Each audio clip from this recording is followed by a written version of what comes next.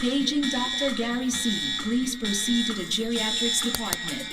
Emergency! Emergency! Paging Dr. C! Emergency!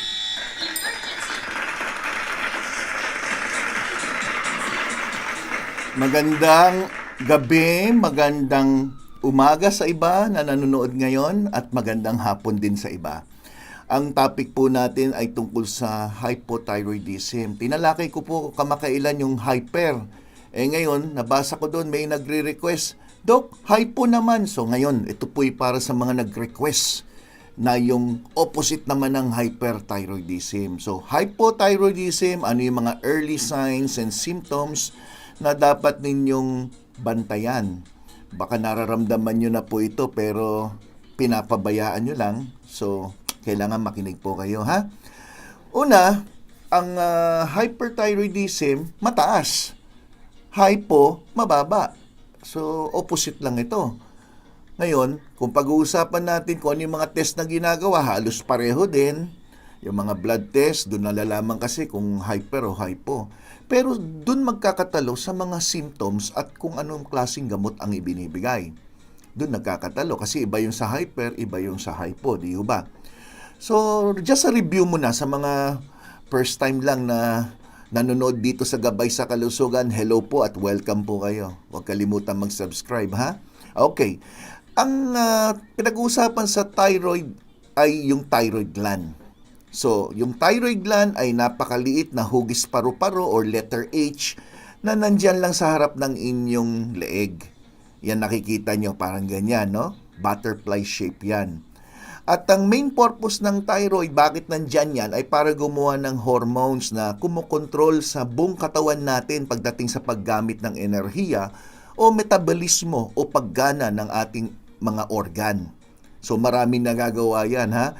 Hindi yan nasa leg lang at ang function sa leg lang. Kung hindi, marami. Memory mo, may kinalaman dyan, yung lakas ng katawan mo, yung pagdumi mo, at marami pang iba.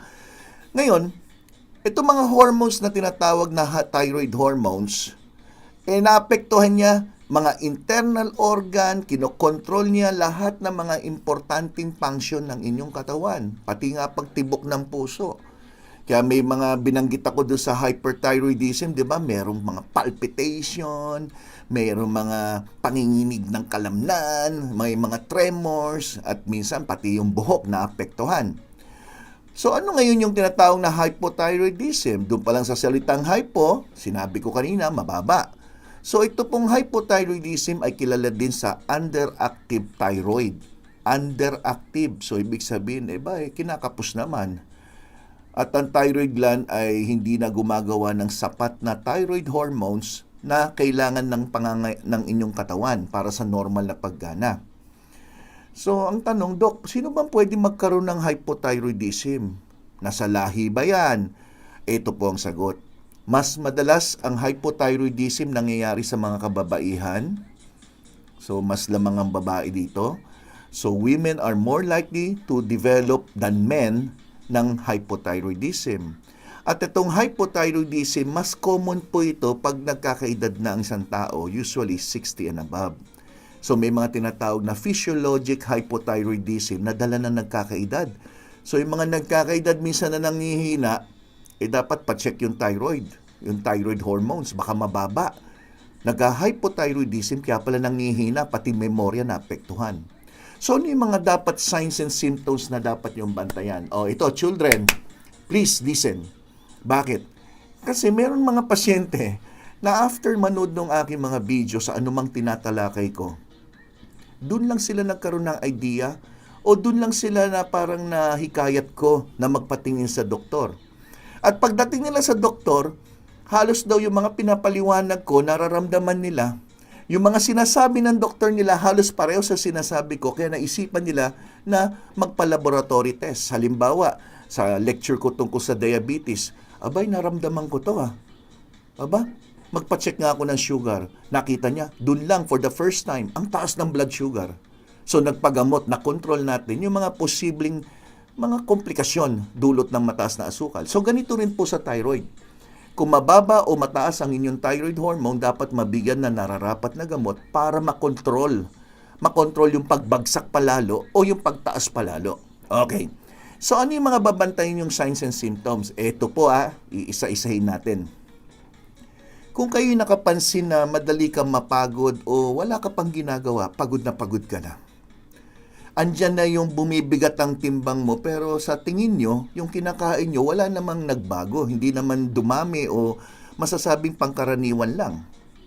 Napansin nyo ngayon na mas madali kang ginawin, maski na malamig ang panahon, ikaw naman ay ginaw na ginaw.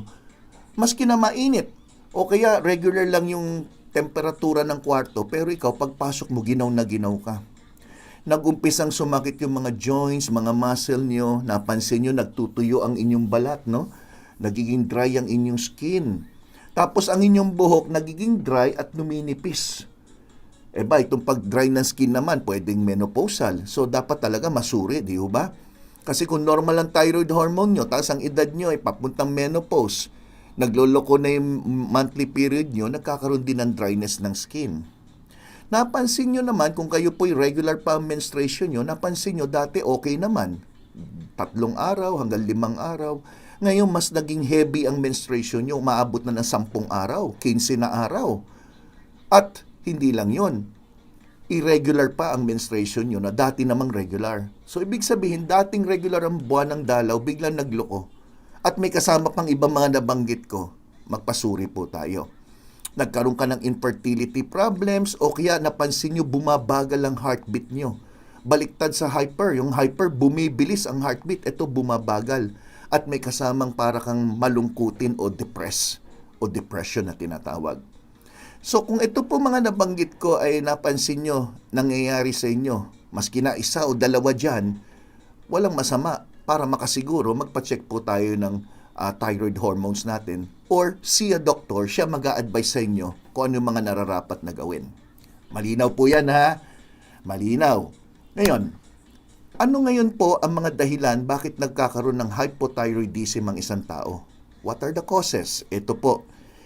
Bagamat napakaraming dahilan kung bakit bumabagsak ang inyong thyroid hormones, ang tawag yan hypothyroidism, ang isa sa mga masasabing pangkaraniwan na dahilan ay yung tinatawag na Hashimoto's disease. Ang Hashimoto's disease ay isang uri ng autoimmune disorder. Ibig sabihin ng autoimmune disorder, yung katawan nyo may ginagawa na nagpapahina ng inyong thyroid hormone at ang tawag dyan ay Hashimoto's disease. Pangalawa ay yung thyroiditis o inflammation of the thyroid. Nagkaroon ng infeksyon sa anumang dahilan at itong pamamaga ng thyroid nyo ang naging dahilan para magkaroon kayo ng hypothyroidism. Number 3, pwedeng congenital hypothyroidism o hypothyroidism na nandyan na mula nung ikaw ay pinanganak. Pero hindi nyo naramdaman itong mga symptoms na to hanggang sa dumating na kayo ng sapat na edad. Okay? Number 4, pwedeng surgical removal o tinanggal ang inyong parte o buong thyroid.